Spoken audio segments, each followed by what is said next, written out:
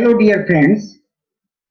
You all are most welcome in my virtual lecture on research methodology. I am Dr. G.C. Tiwari, a member of AIER and ISCA.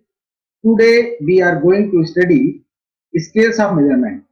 Dear friends, in our previous lecture, we have studied postulates of measurement.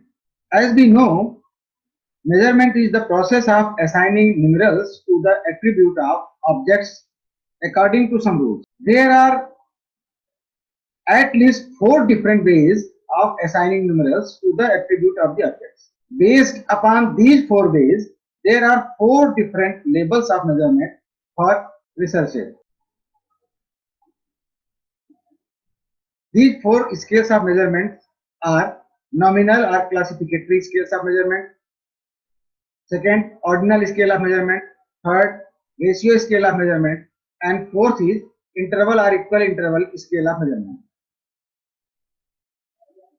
Let us start with the nominal or classificatory scale. Actually, the nominal measurement is the lowest level of measurement. In nominal measurement, numbers are used to name, identify, or classify persons, objects, groups, etc. Nominal scales are really not scales, and their only purpose is to name objects.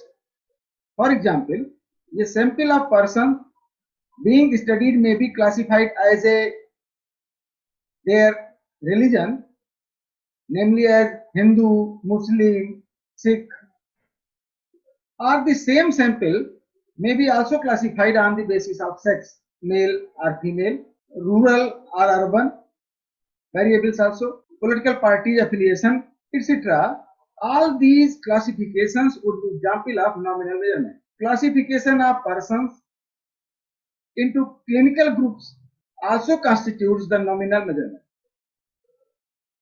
In nominal measurement, members of any two groups are never equivalent, but all members of any one group are always equivalent, and this equivalence relationship is reflexive, transitive, and symmetrical.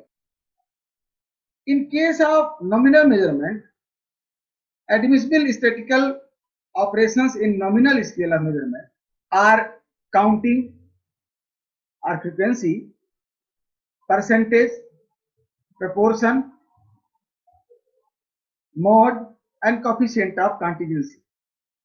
Addition, subtraction, multiplication, and division are not possible because the identifying numbers themselves cannot be legitimately added or subtracted or multiplied or divided.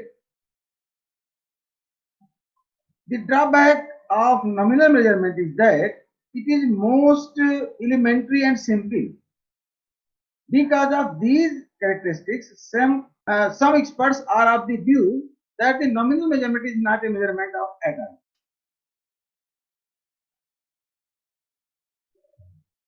This is the second level of measurement called ordinal scale, in which there is the property of magnitude but not of equal interval or an absolute zero. In ordinal measurement, numbers denote the rank order of the objects or the individuals. Here numbers are arranged from highest to lowest or from lowest to highest. Ordinal measures reflect which person or object is larger or smaller, heavier or lighter, brighter or duller, harder or softer, etc. than others. Persons may be grouped according to physical or psychological trait to convey a relationship like greater than or lesser than. Besides the relationship of equivalence, a relationship of greater than or lesser than exists.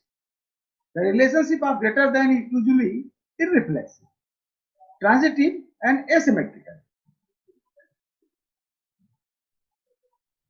Socio-economic status is a good example of ordinal measurement because every member of the upper class is higher in social prestige than every member of the middle and lower class. Likewise, you can say every member of the middle class is higher in the social prestige than every member of the lower class. Students may be also ranked like as first, second, third, and so on in terms of their academic achievements. This also constitutes the example of ordinal measurement. Thus, in ordinal measurement, besides the relationship of equivalence, a relationship of greater than or lesser than exists.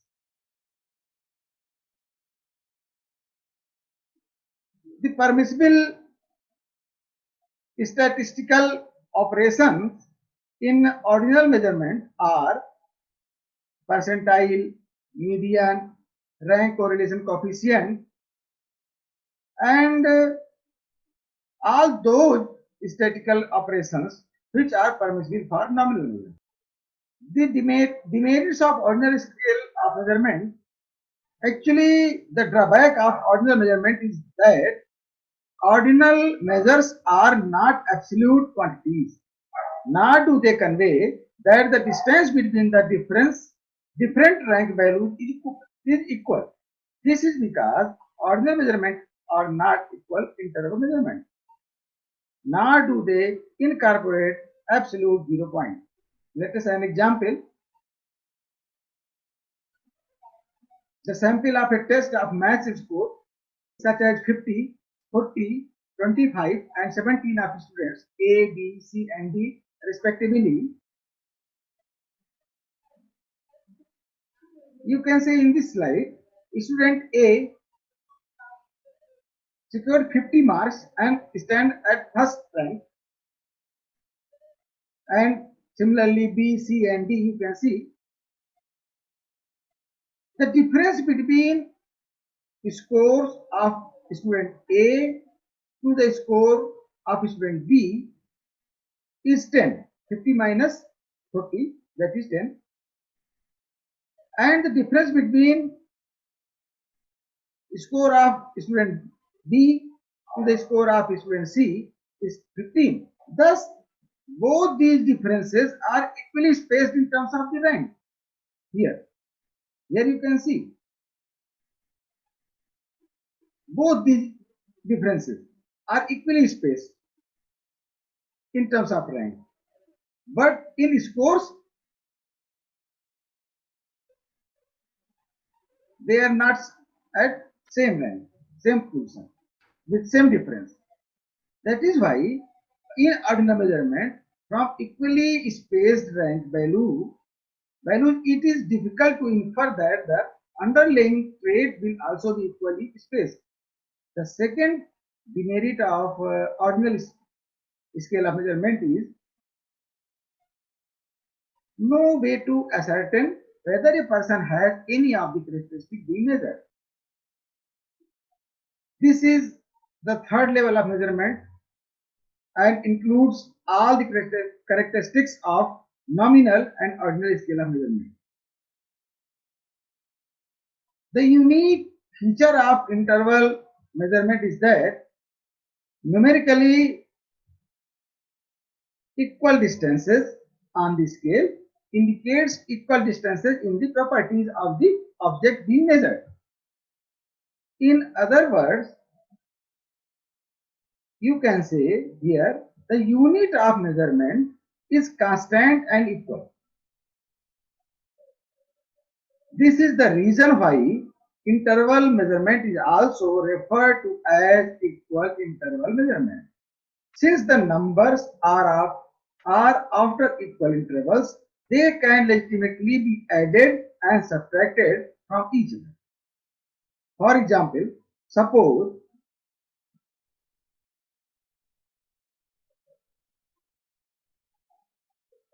four objects A, B, C and D have been measured and given the score of 40, 32, 16 and 8. respectively on an interval measurement. Here the difference between A and C. Here difference between A and C is 40 minus 16, that is 24, is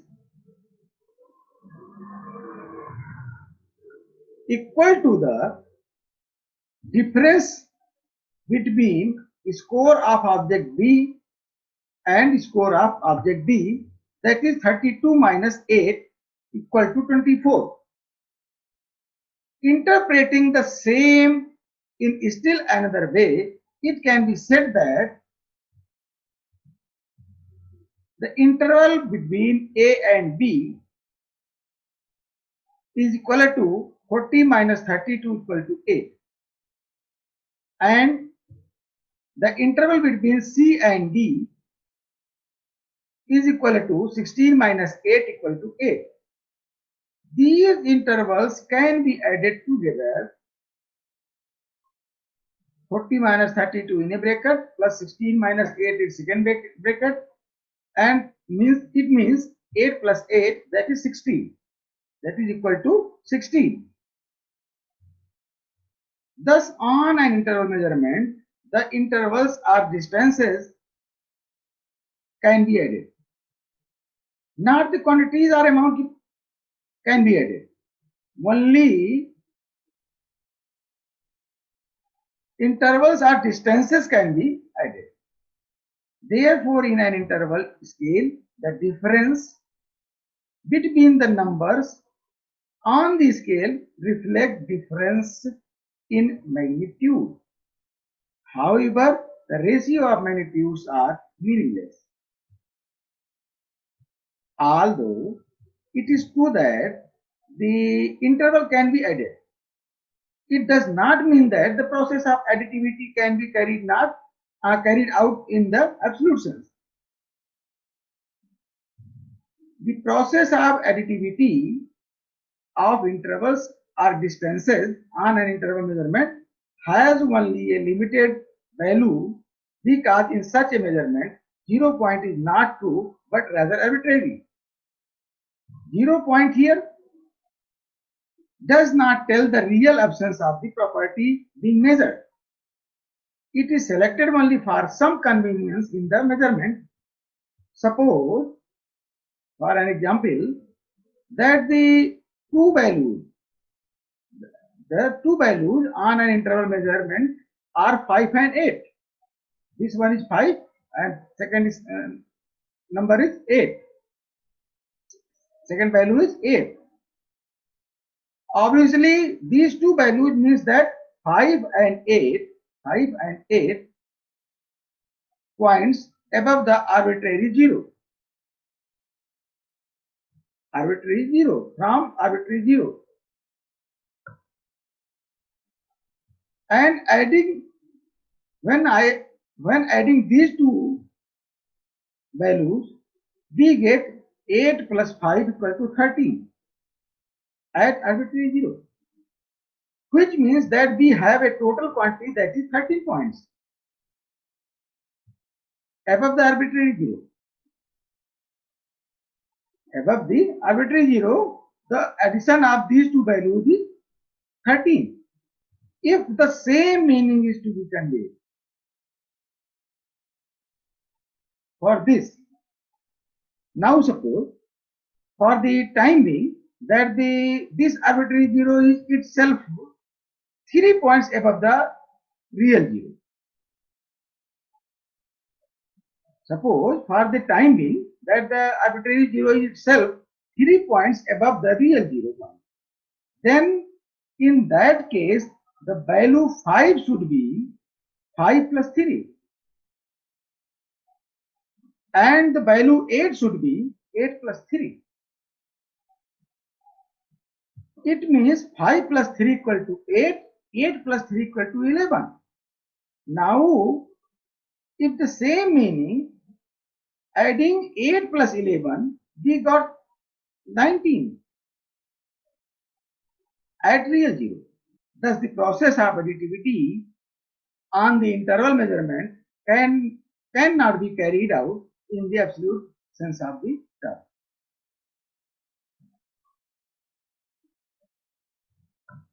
Fahrenheit, Celsius thermometer, time as shown in calendar, scores on aptitude test, scores on intelligence. These are the good examples of the interval measurement.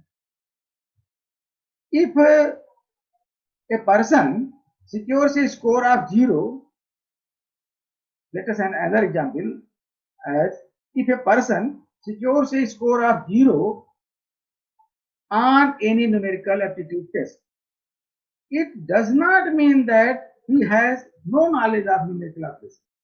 Likewise, if a person secures a second score of 80 on the same numerical aptitude test, it does not mean that he has a numerical aptitude which is twice greater than the person who has secured 40 on the same numerical aptitude test. All this happens because the 0 point on the numerical aptitude test is not true. Rather, it is arbitrary. The common statistical operations in interval scale of measurement are arithmetic mean, standard deviation, Pearson R, and the other statistics based upon them. Statistics like the t-test and f-test, which are widely used tests of significance, can also be legitimately applied. It should be remembered that the only statistics which cannot be applied in interval measurement is the coefficient of variation. Coefficient of variation is the only statistics which cannot be applied in interval measurement. It should be remembered always.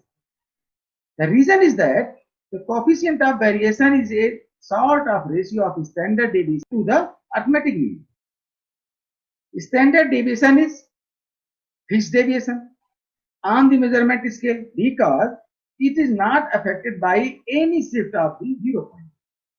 But the mean is likely to vary whenever there occurs a shift in the 0 point.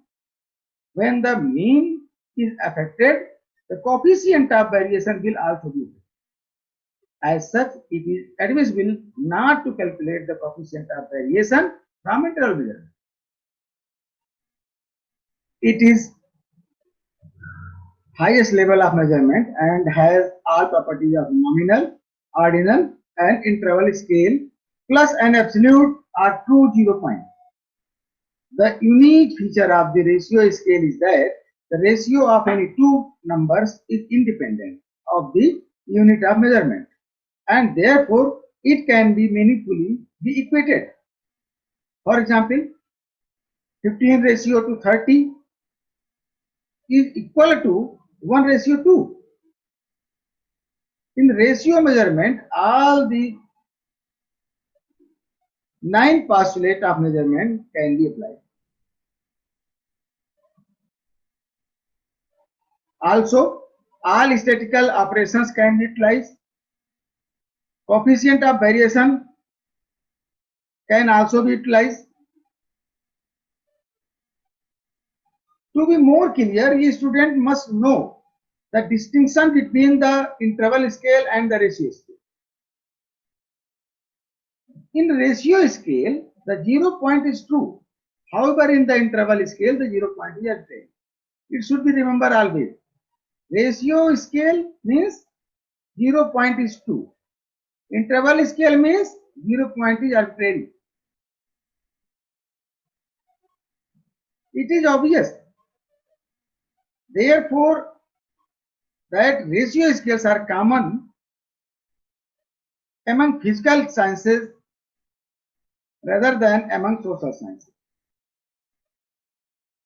Few examples of ratio scales are measuring weight, measure width, measure length, loudness, and so on. For an example, the temperature measured in terms of Fahrenheit and Celsius is an example of interval scale, and length measured in terms of feet and inches is an example of ratio scale. When we measure the length of two sticks and say that one stick is 3 feet long and another 6 feet long, we have a clear idea that the second stick is twice the length of the first stick. This is because 6 means actually 6 from 0 and 3 means actually 3 from 0. But suppose the maximum temperature of weather today is 40 degree Fahrenheit and it was 20 degree Fahrenheit last year on the same day. Can we say now that today is twice as warm as it was on the same date last year?